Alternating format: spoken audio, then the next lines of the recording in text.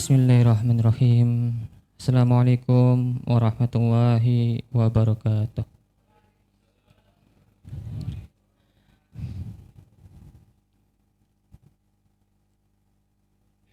Allahumma sholli ala sayyidina Muhammad wa ala ali sayyidina Muhammad. Innal hamdalillah nahmaduhu wa nasta'inuhu wa nastaghfiruhu wa na'udzu billahi min shururi anfusina wa min sayyiati a'malina may yahdihillahu fala mudilla lahu wa may yudlil fala hadiya lahu. Asyhadu an la ilaha illallah wa asyhadu Muhammadar Rasulullah. Jamaah salat duhur mushola PA Sorong, Soimin wa Soimat yang insyaallah dirahmati oleh Allah Subhanahu wa taala. Alhamdulillah kita sudah memasuki tanggal 17 Ramadan tahun ini, yaitu hari di mana umat muslim seluruh dunia memperingatinya, mengingatnya sebagai hari turunnya Al-Quran.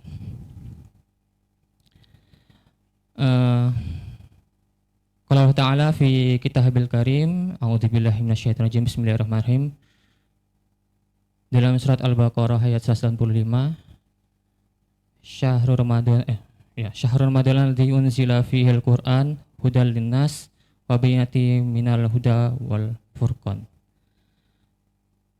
Bahwa di dalam bulan Ramadan itu turun Al-Qur'an, unzila fihil Qur'an. Di dalamnya turun Al-Quran, hudan linnas, petunjuk bagi manusia.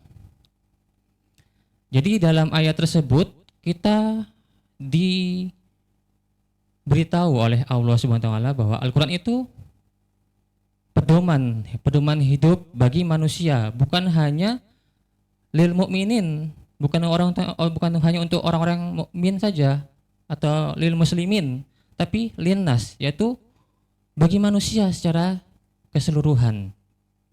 Artinya apa? Artinya adalah Al-Quran itu bukan kitab suci bagi umat Islam saja, tapi kitab suci bagi manusia.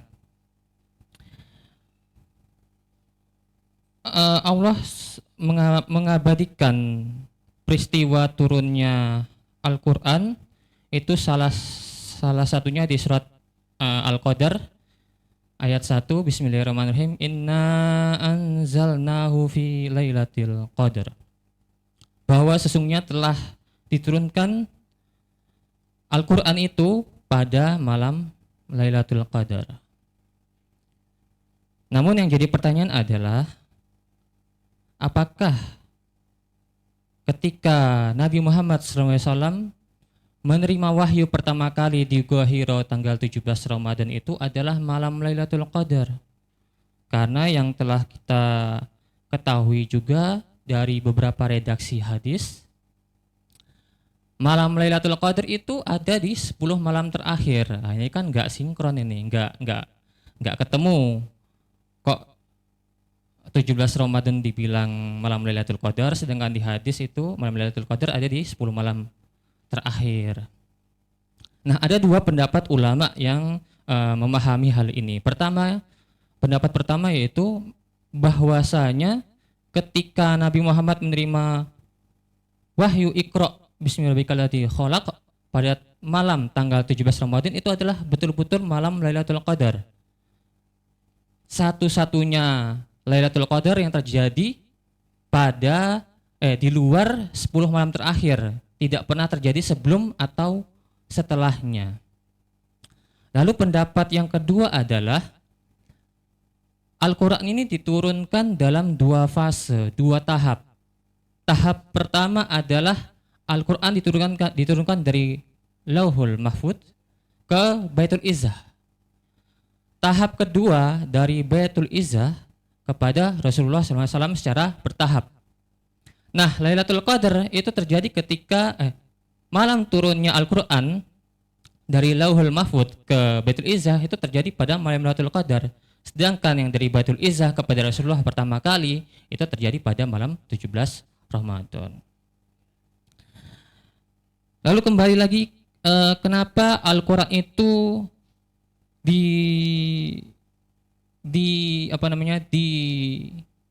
diberitahukan sebagai petunjuk bagi manusia, sebagai pedoman bagi manusia. Karena bahwasanya dalam Al-Quran itu sudah kafah, komprehensif. Isinya tuh menyeluruh, mengatur bagaimana tata cara, bagaimana pola hidup manusia yang baik. Jadi kalau kita mau cari sejarah, itu ada dalam Al-Quran.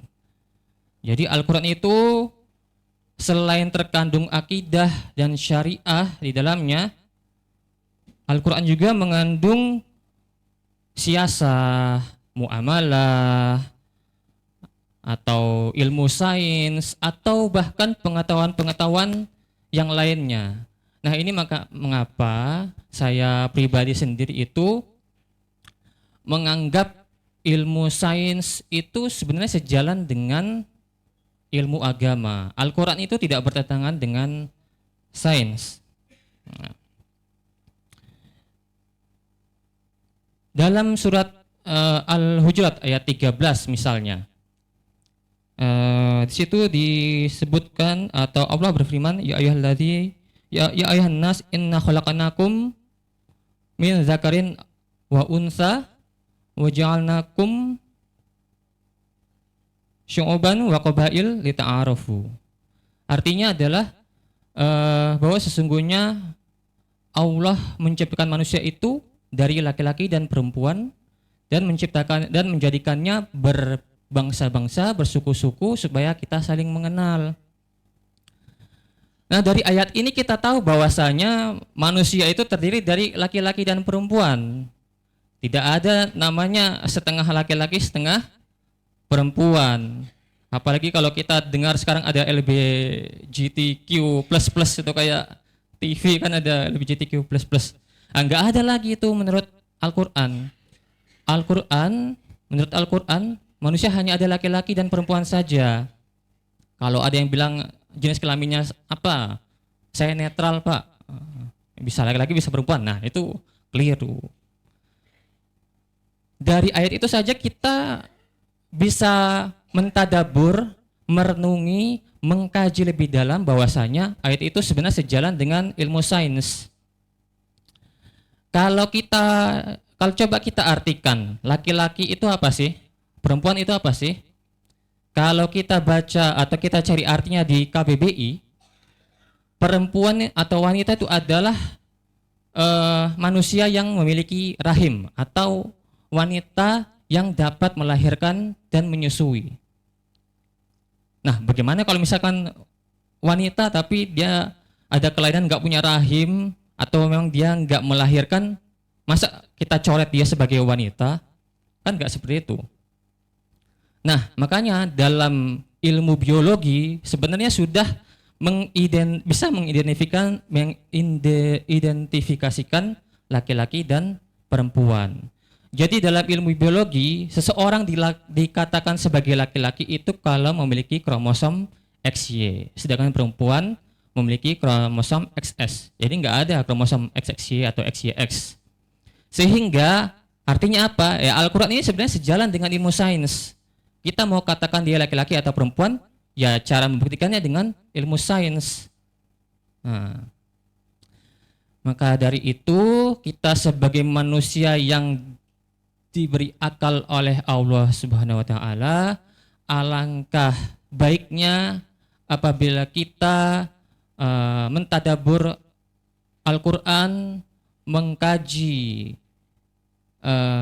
segala ilmu dalam Al-Qur'an, bahkan lebih-lebih kalau kita bisa mengamalkannya.